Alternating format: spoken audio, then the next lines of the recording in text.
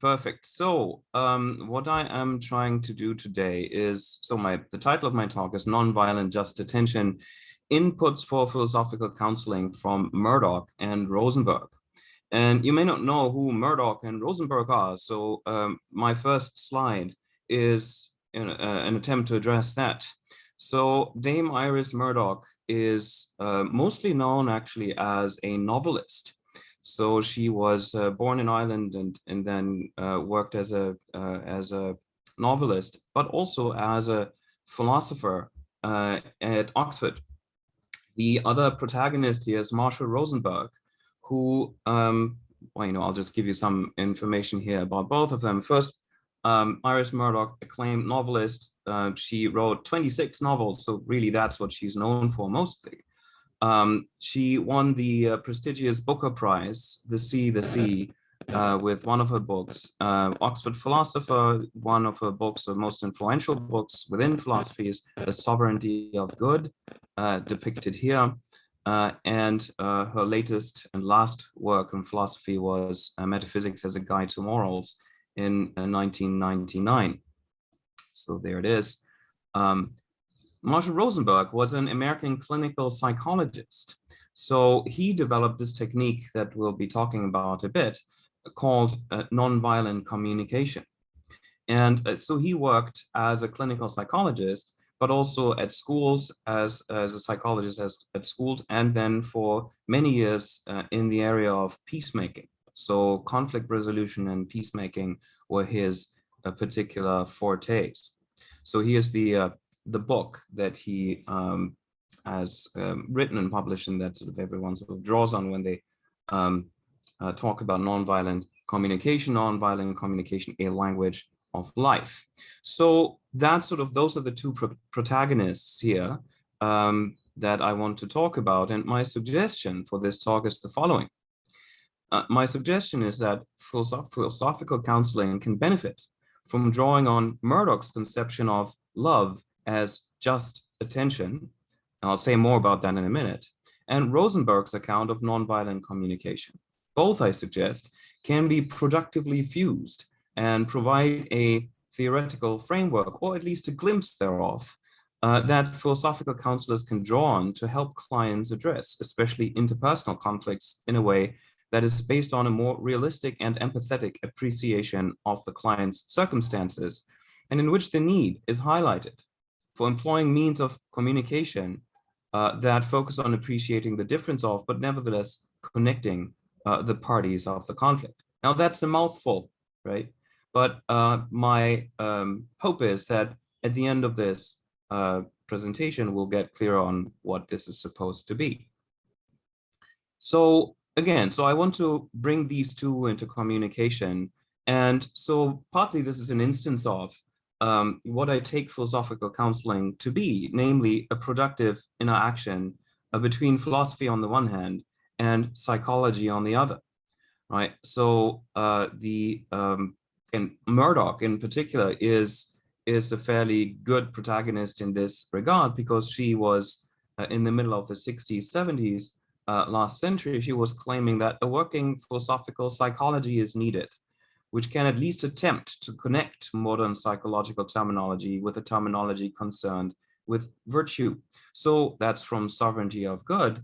And so she was complaining that against particularly behaviorist, existentialist, neo-Kantian approaches, that their conception of the self was so impoverished. It was basically just a moving will leaping about between different moments of choice. So that so there she thought the contemporary modern terminology in psychology didn't really connect with the most dominant philosophical accounts of the self and of the agent and the subject. So she was very much concerned with that kind of connection, with establishing a connection between philosophical terminology, philosophical conceptions of the self, and then psychological ones, and made her own suggestion as to how we should think about complex individuals that are not just reduced to a moving will. Anyway, so that was her project, and so this is why I'm thinking that she is particularly well poised to be an interlocutor with respect to philosophical counseling, which I conceive again as a project of interaction between philosophy and psychology, as it were.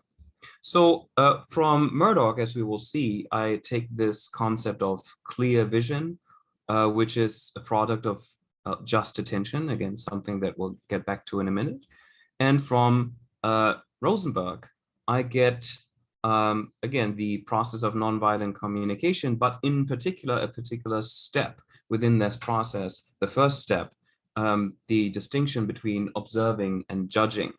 And we'll get there as well. So that's sort of, those are the two things that I think gel quite nicely. They fit together nicely, and I want to bring out how that is. So where do they come in this debate on philosophical counseling?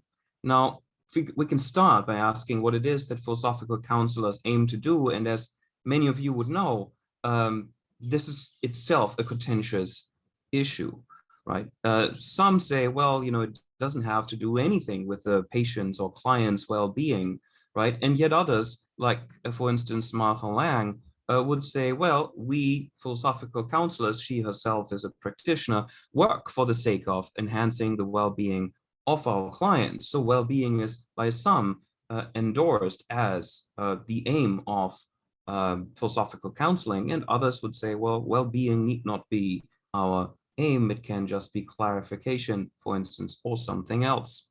But Lang, with others, and here she cites Cohen, says we want to help people to become more aware of thinking the buried premises and underlying assumptions that lead us to act or feel in particular ways to overcome our irrational or destructive behaviors and feelings. So that's one way of framing it, and I'm just picking it. Other ways of framing what philosophical counselors aim to do are also, I think, compatible with what I'm about to say. I'm just taking this as one target among many. What are the techniques then that might enable philosophical counselors to do what they must to achieve this aim? Well, here's Elliot Cohen, who is one of the founders of philosophical counseling in North America. And he says, well, one of the things that we want to do is we want to apply philosophical antidotes to fallacies. And so that issues in his so-called logic-based therapy. If one looks at the ASPCP and now NPCA, the Northern Philosophical Counseling Association, one sees a couple of aims listed. Here, the examination of clients' arguments and justifications, clarification, analysis, and definition of important terms and concepts, exposure and examination of underlying assumptions and logical implications, and so on and so on. What I'm missing, curiously, is this: techniques to gain clarity of vision. Well, I mean, clarification is in there, but of terms and concepts, right? What I'm missing, at least in this list, right, and it does appear elsewhere, but what I'm missing in this list is techniques to gain clarity of vision, an understanding of what the situation is that one actually finds oneself in, right? Clarification of where am I, what am I here, and what is the situation that is creating whatever issue, whatever struggle, whatever problem I'm dealing with. What is this situation? Can I get clear on that? So there is some notion that's somewhat similar in Cohen. So he has the fallacy of egocentric thinking, where egocentric thinking can sort of bar one from or prevent one from actually seeing what's going on. And this is what I take to be a useful concept, and I'll be building on something like it.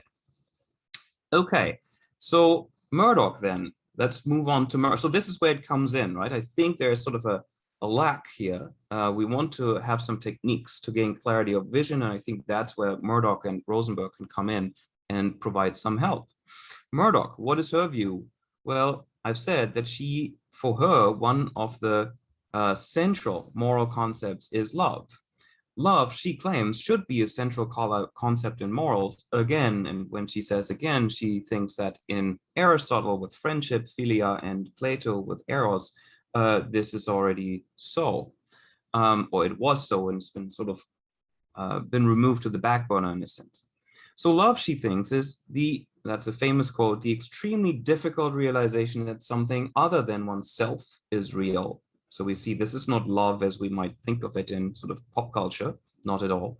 Just an unselfish attention to others and other situations. Unselfish should be underlined here, indeed. We are trying to do justice to others as we see them as they truly are, and situations as they truly are, and not through the lens of our egotistic needs and desires, which might blur what we see, blur our evaluations, blur our judgments as to what the situation is like. And similarly, love is knowledge of the individual, truly seeing the other not through selfish lenses, but as they are, and seeing them as what they want, what they need, what they demand, and what legitimate demands they have on us. So that's Murdoch in a nutshell. And one can now ask, how does this conception of love as just attention matter to philosophical counseling? And I think it matters to both the counselor and the client. To the counselor, in this sense, arguably, good counseling requires the counselor to be responsive to the actual issues the client faces, right? So the counselor must acquire a realistic view of who the client is, just attention should help here, and their goals and aims that is not skewed by the counselor's own interests or value judgments. Moreover, the counselor must acquire a good sense of what the options for actions are that the client is considering to achieve their goals and aims, especially, and that's hard, a proper understanding what these various options for action look like from the perspective of the client, which may well differ from what they look like from the perspective of the counselor. So if there are various perceptions or various options for action, what do they mean to the client? What would they entail? How would they judge and evaluate them? And that may well be very different from how the counselor would.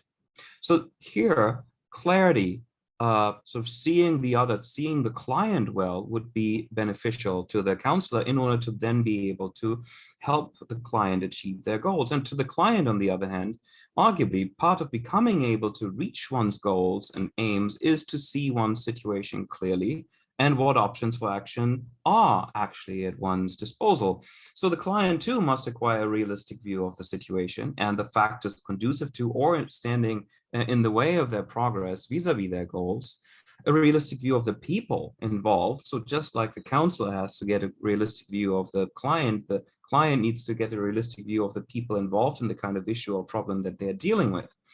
One that's not skewed by their own selfish interests or perhaps value judgments. A good sense of what the options for action are that other people involved have, and especially what these options look like, and that's parallel to what the counselor is trying to achieve vis-a-vis the client. So that's Murdoch. That's sort of why clear vision is useful to the client and to the counselor. And now Rosenberg. Rosenberg says that what underlies the process of nonviolent communication that he's advertising is the idea that interpersonal conflicts can be resolved if we enable both sides of the conflict to connect with the other, and in particular with the relatable human needs that are alive in the other and underlie the actions of them. So we're not to connect to the words they say that may be hurtful and classify us in all sorts of hurtful ways. We are supposed to be sensitive to the underlying needs that are being expressed when people issue these words or make certain statements that we may take issue with. Often then, he thinks establishing such a connection between opposing parties, and again, recall that he had 20 years and more of conflict resolution and peacemaking experience. So often establishing such a connection is hampered by the fact that we don't understand our own needs, right? We classify others in certain ways without understanding what it is that we're doing and why we're doing it and what need and is sort of underlying this classification. And that also these that these needs that we have result in and sustain value judgments that cast others in certain sort of stable roles, draw caricatures of them, as it were. Such judgments are often such that in their light others appear as perhaps villains, at any rate as caricatures of who they truly are, and also in ways in which whatever needs drive those others to do whatever they do or say remain invisible, masked by those categories and labels that we use to classify them. Here's Murdoch, and I think she could very much relate to this and say something like this. Let me rephrase this, she could say, as we classify others and situations we find ourselves in using evaluative predicates such as is a villain, is a coward, right? We often do this in selfish ways, that is, or do this selfishly, that is, in a way that's mostly sensitive to what we may want or desire from those others. So we see them through those lenses, or to how those others may be conducive to or be standing in the way of furthering our own selfish goals. Put yet differently, in classifying them, labeling them and situations evaluatively, we may just fail to do justice to who they are. We may fail to look at them justly and lovingly on that particular notion of love that I've sketched earlier. Our vision, so to speak, our moral vision of them is blurred through or by selfish desires. Now, what does Rosenberg say? Well, he says this is the process that gets us out of some of this. Nonviolent communication is a process that involves 4 steps. First, we have to observe what's really happening. We have to observe and state then how we feel when observing this. We have to then say what needs of ours are connected to these feelings that we've diagnosed. And then we issue a request to the other party, not a demand, but a request as to what would help us connect with our needs or meet those needs. Now, Murdoch again could connect to this. Oh, that's going too fast. Doesn't matter. From her point of view, she would say, or from my point of view, step 1 is particularly interesting and particularly difficult, seeing what's really happening. So how does one manage to do this, she might ask. And she, of course, has her own ideas, but Rosenberg's response is interesting because he says, well, we don't actually look at the other, right? The main technique here is to verbalize one's own observations and try to spot and then remove terms that are evaluative. So just describe what's happening without and not in evaluative terms. In using such terms, evaluative terms, we are not taking proper cognizance and responsibility for what we're feeling. We're masking that out. We're just putting everything on the other. We're not in connection with what we are feeling about what we're observing, what our needs are, and what we would like from the other. So just delete all the evaluative concepts and just try to, without any kind of evaluation, describe what's happening and then move on to what you feel. So this is interesting from a Murdochian perspective because her own emphasis is on trying to do justice to the other in seeing them justly, and that includes appreciating the evaluative framework within which these others choose and operate and act as they do. What's the good that guides them? What is it that they want? What is it that they need? But seeing that is hard, says Murdoch. It's incredibly hard to see how others tick and understand what it is that they're doing. One has to pay close attention, really difficult. But what Rosenberg's practice promotes is not that interlocutors look, right, at the other, but show themselves as being situated in such a framework, which in turn makes seeing them to the other much easier, right? Seeing them and then ultimately acting well towards them easier. So in this way, what I'm thinking is, Murdoch says in order to act well by others, we need to see them clearly. Rosenberg says in order to reduce violence in communication and conflict, we need to show ourselves. So in this sense, the demand for seeing and the demand for showing work really well together. They are complementary in this sense. So this is my last slide. What's the upshot of all of this?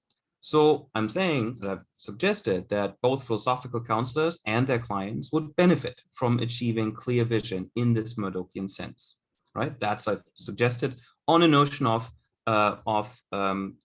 what they aim for. That could be, there could be a dispute about that, but I think for other notions that works well as well.